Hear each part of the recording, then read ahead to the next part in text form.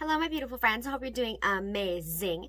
Today we are going to be doing just a chill, get ready with me. As you can tell from the title, I'm going to be talking about my little brother. Hi, if you're new here, my name is Audrey. Thank you so much for being here. Please consider subscribing before you leave. We talk about makeup over here and a few chatty get to know me videos. And let's get into it. Okay, so I'm going to be talking a lot and everything that I use on my face is going to be linked down in the description box. Okay, so my mom and dad had two kids. Me, the oldest, and my little brother, Michael, the youngest. So Audrey and Michael. We were about 20 months apart, a little less than 2 years. And I was mean. I mean, I was like most big sisters, I think. We had to play what I wanted to play, and we had to do what I wanted to do, and no ifs, ands, buts about, it. He wanted to play with me so bad that he would just play with me. I was the teacher a lot. I read him lots of books. Yeah, we played girly games. I feel like we played his games sometimes, but definitely not as much. He pulled me in a wagon because he was way bigger and because I was me. He was always bigger than me growing up. He was always a lot taller. I'm pretty petite. I'm only 5 feet tall, and he got up, I think he was almost 6 feet tall in high school, but getting up there, almost there. So we grew up together, my parents' only kids. I remember we were in school, like the same building, just for a couple of years in high school. And he would always, like when we would walk past each other in the hallway, I was definitely that, like, I don't know you, leave me alone. He would walk past me and hit me on the head. Just a nice little bop on the head, open-handed, because he was taller than me, and he really, really did enjoy the fact that he was taller than me. So our bus driver used to called us older sister, bigger brother, because he was just tall. I'm gonna try to insert some pictures on the screen so you can just kind of see him and how tall he was and all that. So his name is Michael. I already said that. He was so nice. He was really nice, and he did care for people.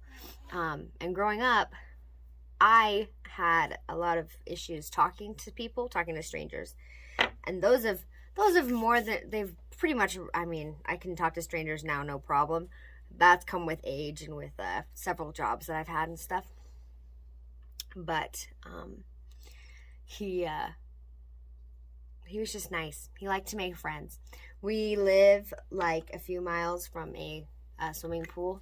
We'd go there every summer, and he would just, I remember just being mortified because he would just make friends. And I was like, what are you doing? Why are you doing that? But he just wanted to get to know people, and he wasn't afraid to talk to them. And at that point in my life, I definitely was afraid to talk to people, talk to strangers. So, I always admired him for that, being able to talk to people thing. So, he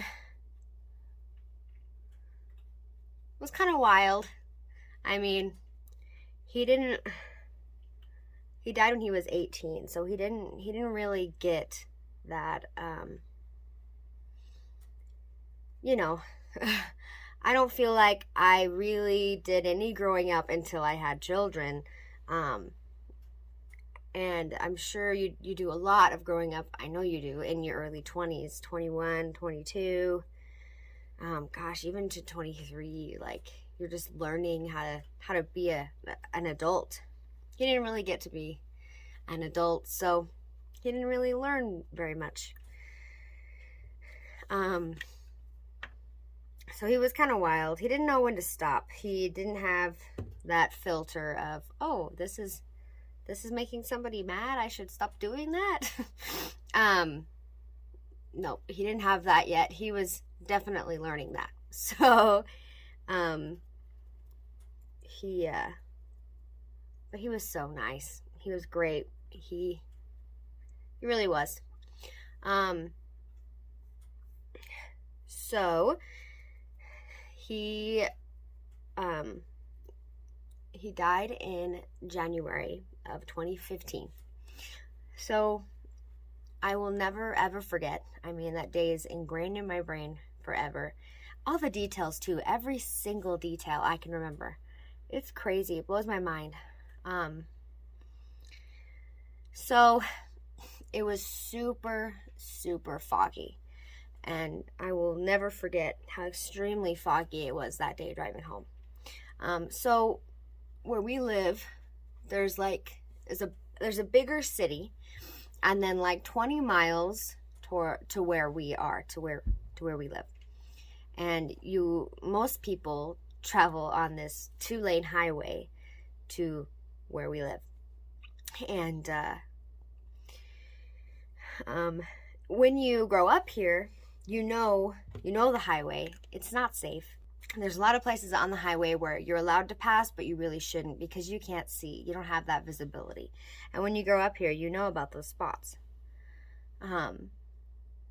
So just to give you an idea, I drove home, and then my mom drove home after me, and we made it home safe. My brother that day had a wrestling tournament. He won, and then he gave my mother the sweetest kiss on the head because, like I said, he was very happy. He was taller than all of us. So we made it home, and he was supposed to ride the bus home with his friends, ride the bus to his high school with his friends, and then drive his car from the high school to our house. And after, I'm not sure how long it was. My mother can tell you the exact time and how long she waited. But she waited longer than, what it should have taken him to come home. And then she knew something was wrong. She got in her car and she drove down the 2-lane highway because he wasn't answering his phone, and she knew something was wrong. So,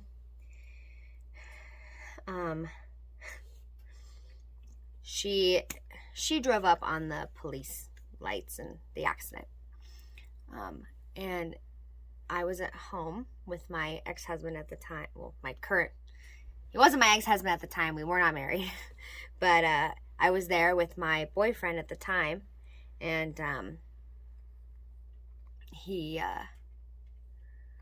we were just waiting and freaking out because I knew something was wrong. He was trying to keep me calm, but I knew something was wrong. I believe that God gives you those feelings for a reason, to prepare you. So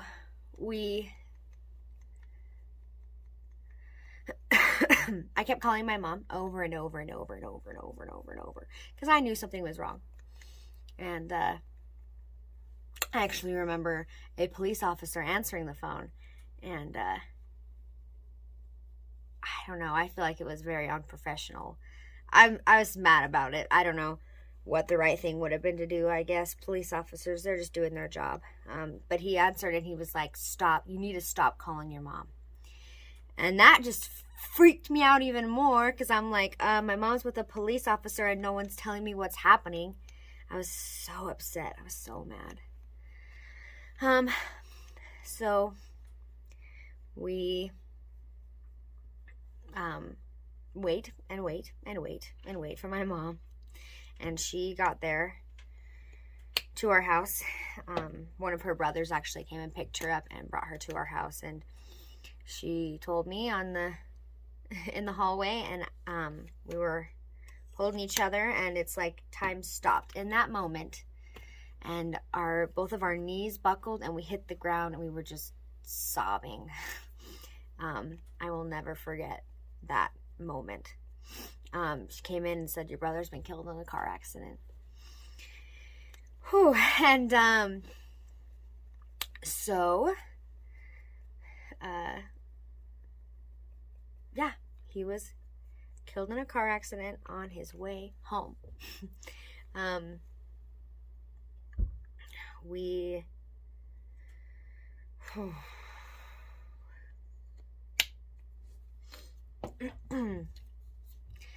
so he was driving home like normal from his high school, and he was hit by an older gentleman in a white pickup truck. I don't know how old he was exactly, but I think I remember he was retired. He was retired military. He was probably in his early 50s, I think. And he was in a pickup, and he was driving on the wrong side of the road on this 2-lane highway in the fog. So the police were actually already on their way to the site, to this road, because multiple people had called in this truck that had ran them off the road previously. And the cops were on their way to investigate this guy who was driving on the wrong side of the road. When we had a trial, because he was charged, we actually got to hear the testimony of a few of these people that he had run off the road previously. And he was going way too fast, and they saw him, and they pulled over because it was extremely foggy and very scary. And one of the officers had actually stopped just like maybe a mile from where my brother's accident was, in like kind of a median type thing, because there was a car pulled over in this median. Because it was so foggy, they had decided to stop and wait, and he thought that car had been, stopped or caused to pull, over on the side of the road because of this truck that was running people off the road.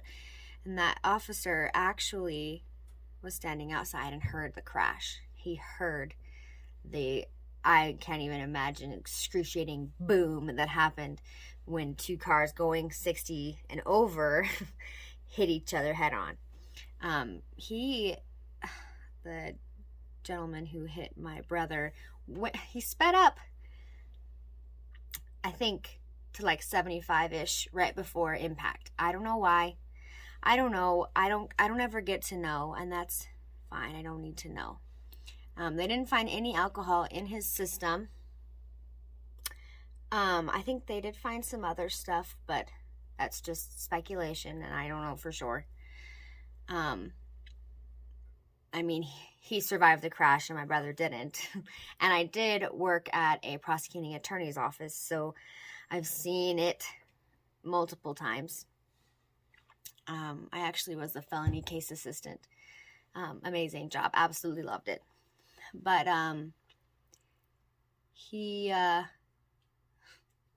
my brother died, and he was charged with, I don't remember what his charges ended up being, but he did some community service and paid some fines and had to do a radio broadcast about driving safe in bad weather conditions. it is what it is. No amount of anything they could have done to him would have brought my brother back. So, and I personally fully trust our legal system. I think it does an amazing job. And if it is flawed, it's because humans are inadvertently flawed. So, I mean, the system can't be perfect if humans are running it. But that's just my opinion. Don't come for me. So,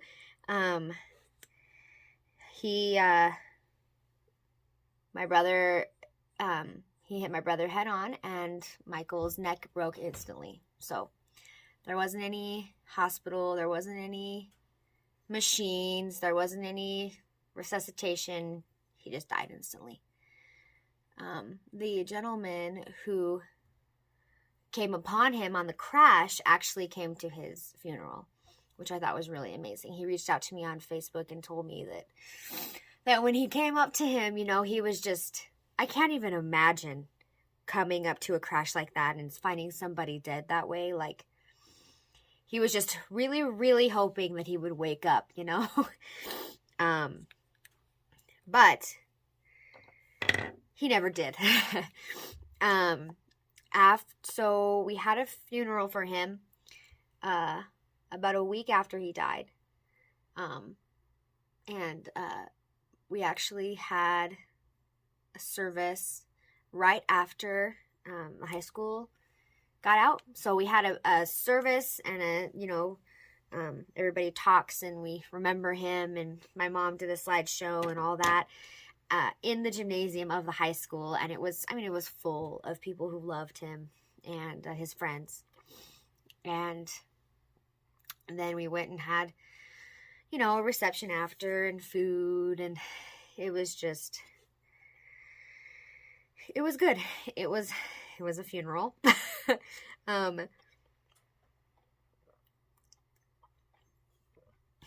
I personally, just my opinion again, I had, at that point in my life, I'd never really experienced death. I was 19. I was about to turn 20 that February. So I hadn't experienced death like that. And I think, everybody experiences death. Death is a part of life. Everyone goes through it. Everyone has people who have died.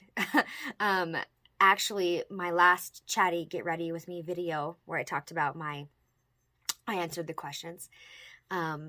It really opened my eyes to the fact that we all have something in common. And we've all experienced death, and we can all relate to each other somehow that way. But when you have someone in your family, in your immediate family like that, it's different. You have people die and you love them, but watching your mother go through your dead brother's bedroom and all the stuff that he had and the things that she has to now do something with, I mean, that's a different level. Going through someone's stuff that used to be around you all the time,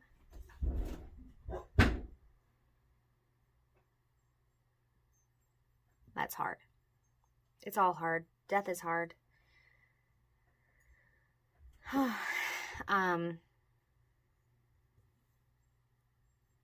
yeah, that's it.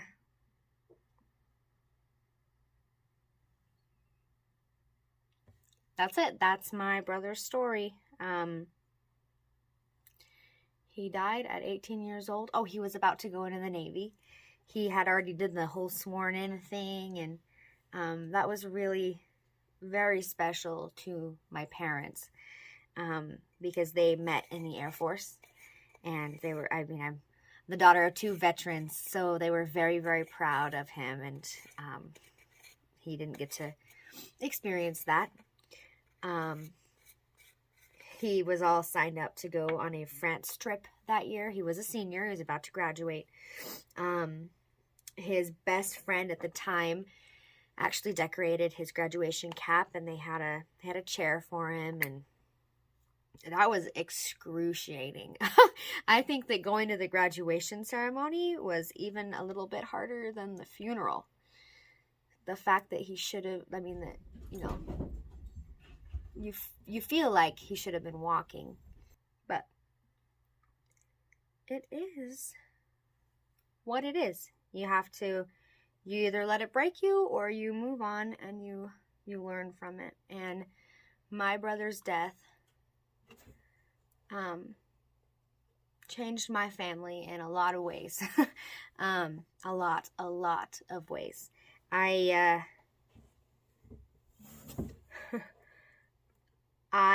got pregnant a week after he died, and I wasn't married, and I had grown up in a household where you got married and then you got pregnant. Like, that's the order.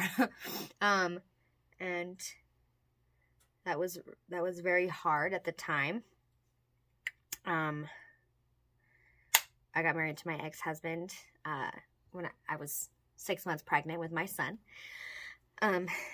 And I just, my 20-year-old brain thought, I'm sad. If I have a baby, I won't be sad anymore, you know? And that's not intelligent.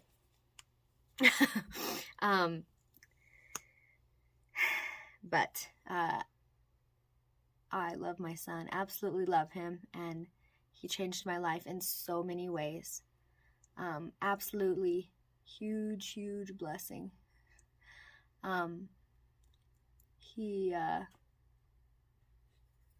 His name is Michael, named after my brother who passed away. What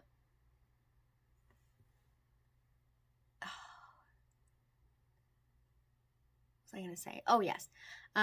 My parents were already in kind of a rocky marriage. And a death of a child is either going to bring the parents closer or have the complete opposite effect. And a year after my brother died, my parents got divorced, which was a long time coming. I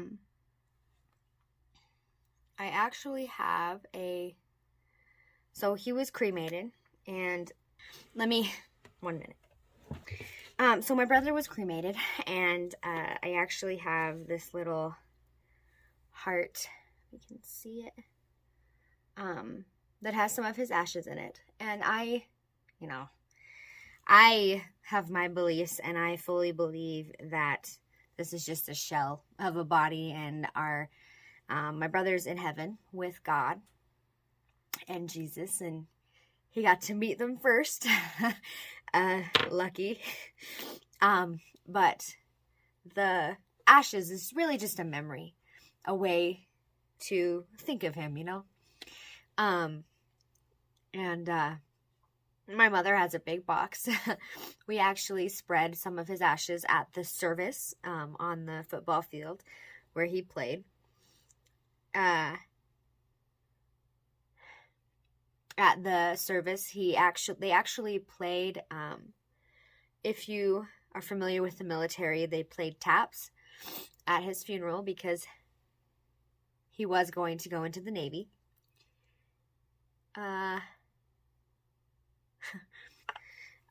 He hasn't been alive for either one of my marriages, or the births of any of his nieces and nephews, and that is what it is. I can't do anything about it, and I am an extreme advocate for stop fighting. It's not worth it. I don't care who you're fighting with. Your brother, your sister, your best friend, your cousin, your mom, your dad, your grandma, your grandpa. It doesn't matter. It doesn't matter, because life is short, and instantly your entire life could be changed, and you do not want the last words that you say to that person to be of any malice at all, because you have no idea when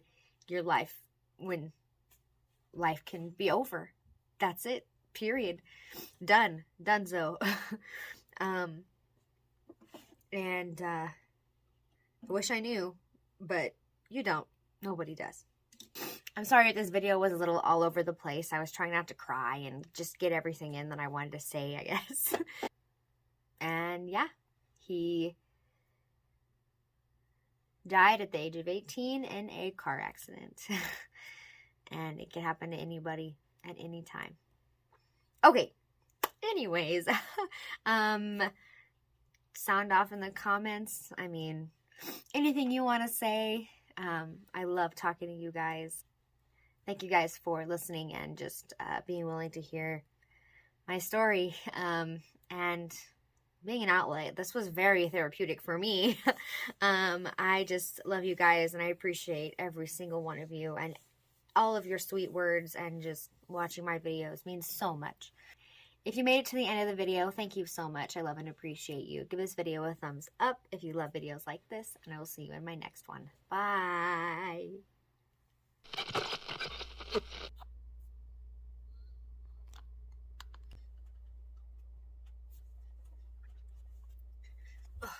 And